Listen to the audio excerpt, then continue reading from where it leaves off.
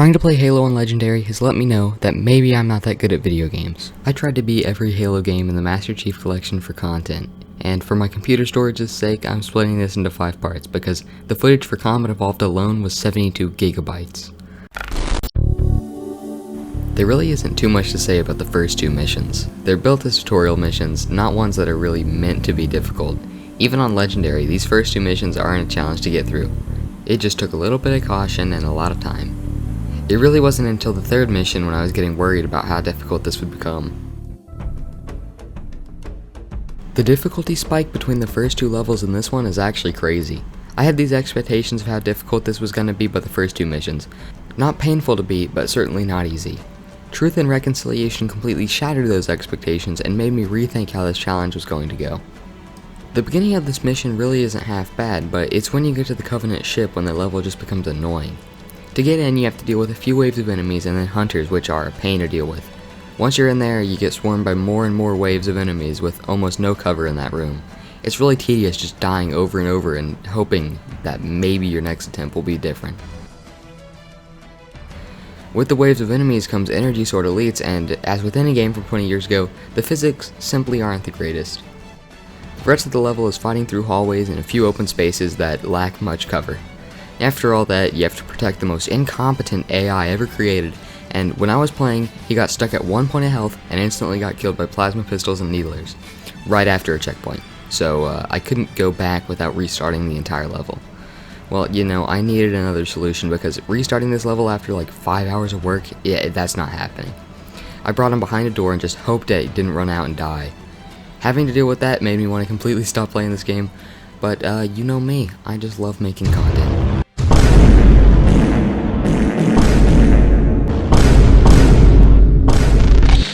The next mission, the Silent Cartographer, was the easiest in the game. It's a really nice change of pace from the last mission. From the very start, I turned the other direction to skip a big segment of this mission. I tried sneaking past a lot of the enemies when I encountered them, but I inevitably got detected. The hunters in this level are meant to be difficult, but I learned that I can end any fight with them in about 2 seconds thanks to my trusty Magnum. This mission really boils down to just running around the map, and most of the fights are pretty easy and you can just sneak past most of them anyways. The next mission is another story though. I'm sure everybody can agree that Assault on the Control Room is one of the worst missions throughout all of Halo. It drags on for far too long, it's tedious, confusing, and annoying. I mean, it beats Truth and Reconciliation at being a terrible mission by far. At the start of the mission, the game decided that it'd be funny to send 3 elites running at me and I didn't even have the chance to pick up a plasma pistol. After about 30 deaths, I started running backwards and got behind the only piece of cover that was here. I just started peeking out for literally 5 minutes until everything was gone. That fight wasted all of my ammo, so it left me at even more of a disadvantage for the next parts. Right after that, you begin your trek through some copy-pasted rooms. I tried to sneak past a lot of these rooms because I got so tired of fighting the same enemies over and over and dying because of stupid reasons. For most of this mission, you just go through these rooms until you finally get a breath of fresh air and get into an open area. It's a really nice change of pace from the rest of the mission because you can easily run past everything. Out here, I just had to rush through everything because fighting really isn't an option on Legendary when there isn't any cover. And the checkpoints out here are scarce, which means if you die, it's all the more annoying getting sent back to the beginning. Luckily though, the outside section was the last part of the mission, so I knew that if I could just try to get past everything and hopefully hit the cutscene before dying, I could finish the mission. For me, I relied heavily on a lot of luck to beat this mission, and I just tried running past everything over and over until I barely made it to the cutscene.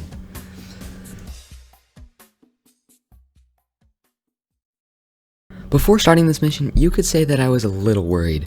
This was the first time that you encounter the Flood, and I was expecting them to be nearly unkillable tanks that would kill me in a few hits. And when I got to the part when they started attacking, you could say that I was pleasantly surprised. They're pretty weak and don't do much damage at all, and they really don't change much from their normal difficulty. Fighting the Flood became something that I looked forward to because I wouldn't have to deal with the energy shields that the elites have, and those really annoy me. As for the actual level, the first half is a nice break from the constant challenges that the other missions threw at me. There's a few groups of Covenant, but nothing really too difficult, and once the Flood attack, you can just mow them down with an assault rifle and run. It was really one of the easiest missions at the point of the game, and definitely a nice break. This level drags on for way too long. The entire level is the same thing over and over again until a few very difficult parts near the end. You're stuck in this stupid little box, and waves of Flood come at you, and you can't do a single thing to stop it. You try shooting Flood with the shotgun, but the little blobby things absorb all your shots, then you get sprayed by an assault rifle and instantly killed. I spent half an hour on this little segment alone, and this little segment of the entire mission had me close to quitting this entire game. It's so tacky and infuriating and stupid. The only reason I even had a chance with this part was because the flood in one side of the room got stuck, so I only had to deal with one at a time. I'm almost sure that if that didn't happen, I would not have finished this level. Honestly, sticking my finger in a mousetrap again would be better than playing this level. Go, just YOLO!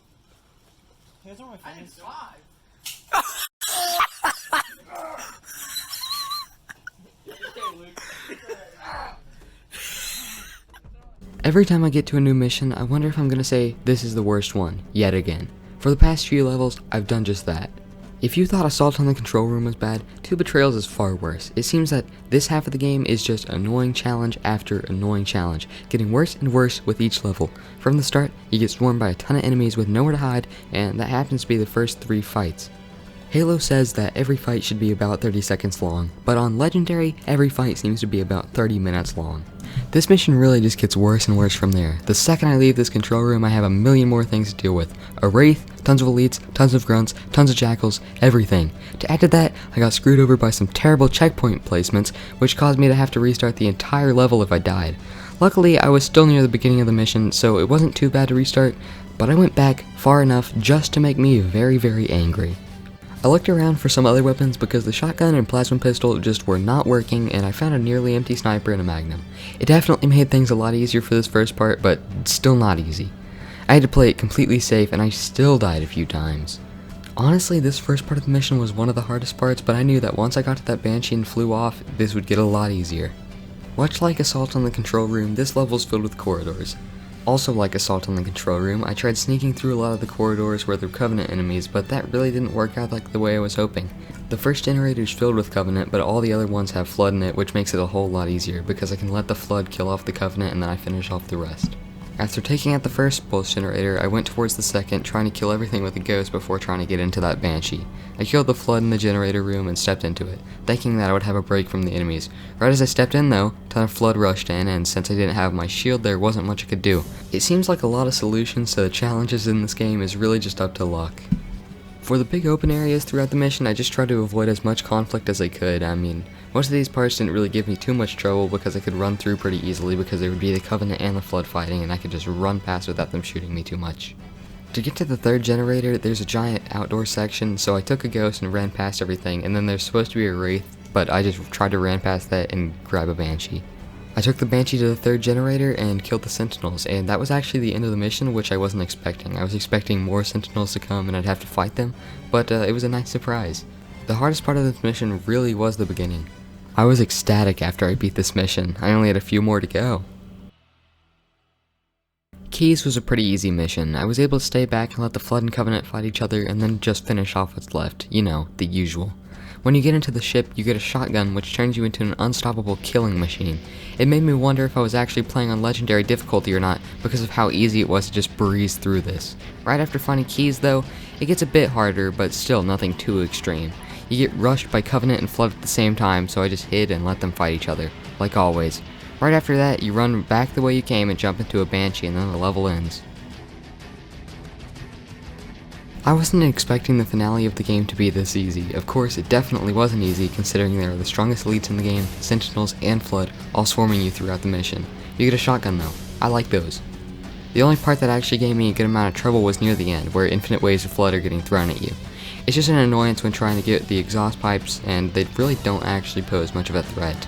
The Warthog Run was difficult, but not because of the enemies or obstacles, but because of the terrible traction on the Warthog. Throughout the other parts of the game, I don't remember the Warthog being so slippery, but right here it's like I'm sliding on ice.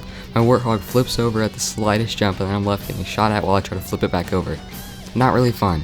I flipped near the very end of the run and had to walk, and I barely missed the timer. It was near 5 seconds when I actually made it to the end. Halo Combat Evolved, with all its flaws, actually wasn't that bad. There are missions that are really satisfying, like Keys, where you can tear through everything with a shotgun, and then there are missions like 2 Betrayals, which are just overall loathsome to play.